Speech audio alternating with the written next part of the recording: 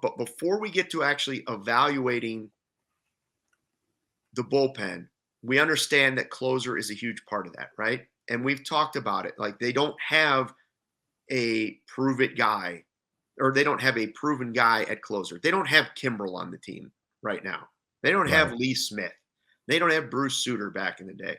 They don't have Chapman. So who's it going to be? Well, David Ross was asked that question in Mesa, and he sort of chuckled because that's generally one of the first 3 or 4 questions every single spring. No, I don't know. I don't know why that's such a big question every year. It's funny to me.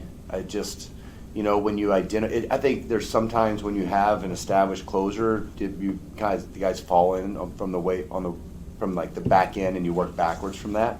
But I don't think I've ever come in here and established a closer unless you've got like a Craig Kimbrel and you got questions about whether he's ready or not, stuff like that. But we're looking for outs, and we're looking for guys just to get outs every single inning, and it doesn't matter where's the 4th and the 6th or the 9th, and so I don't think there needs to be somebody will get the majority of those, opportunities, and whoever, I think those things kind of play out throughout spring training through the season, and I go back to my first season, Jeremy Jeffries closed out a lot of games for a month for us while Craig was working through some stuff, and then Craig kind of took the reins on the back the last month, and I think every year somebody kind of grabs that and steps forward, and it was D-Rob last year for a little while, and then the second half we kind of used a little bit of everybody. So I think we've got a lot of talented pitchers down there and some guys that are continuing to make names for themselves, and I'm excited about watching them compete for it. Me too. I agree with him. First of all, closer, everybody wants to ask the question, who's your closer? And I get it. It's a question that teams have going into a season, who's going to be your closer. But unless you're really competing for the World Series and you're close to that postseason, I just think it's a slightly overrated, overvalued position.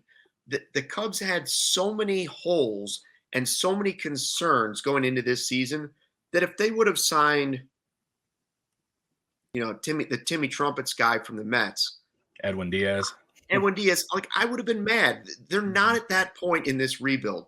Everybody wants them to be there, but I would much rather have them this season in the bullpen, having guys fight it out throughout the season. Like, hand that ball to like 5 or 6 different guys in closings.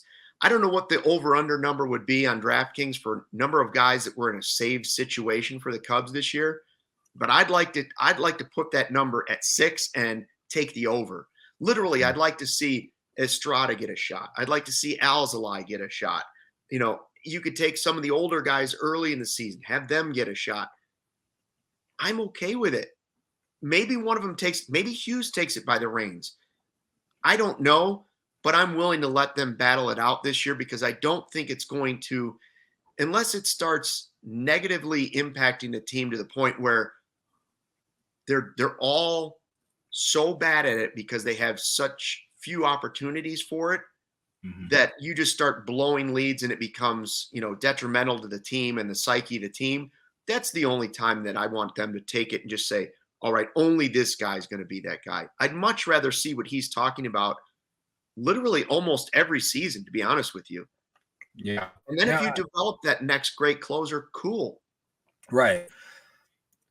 I don't like to repeat myself, but again, I'm not worried about the bullpen. And when it comes to the closer, I'm not worried about it. Like, yeah, I'm going to be intrigued and I'm excited to see who they give the shots to, but I'm with you. Like, when you look back at the 2015 Cubs, that team that basically is kind of similar to this year, like in terms of expectations, we're hoping for 80 wins, Luke. We were hoping for 80 wins for the 2015 Cubs, and they fucked around and won 98. All right.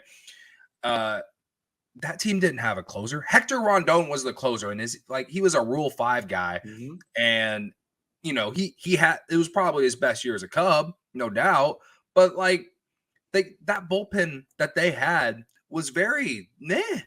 It is nowhere near the potential or the ceiling of the bullpen the Cubs have now. That's the one thing you can go back to from the golden era that you're like, what were the Cubs thinking when it came to putting a bullpen together? And to me, that is the one thing so far through this rebuild that we have seen that has been the plus. So again, yes, we have a question at closer, no doubt. And if whoever gets a shot doesn't do well, and we see, we're going in the All-Star break and the Cubs have blown 6 to 10 games, then yes, okay, I'll raise my hand and I'll say I'm sorry and that I was wrong. All right. Agreed. But I don't see that happening. One, the defense is better. You know how many games that were blown last year? Not just because of the pitchers, but because of the defense. You know what I mean? Like that's a huge part of it, in my opinion. And then you got a lot of high upside. I mean, Jeremiah Estrada, I think that's the guy. I think that's the guy that Jed Hoyer sees as being his closer. I don't know if he's going to be the closer right away, but I think by the end of the year, I think he's the closer. But you also got Michael Fulmer, who's very solid. And then you've already got some guys on the roster who have done it before. Again, I don't think that it's going to be such a glaring issue that it's going to cost the Cubs games.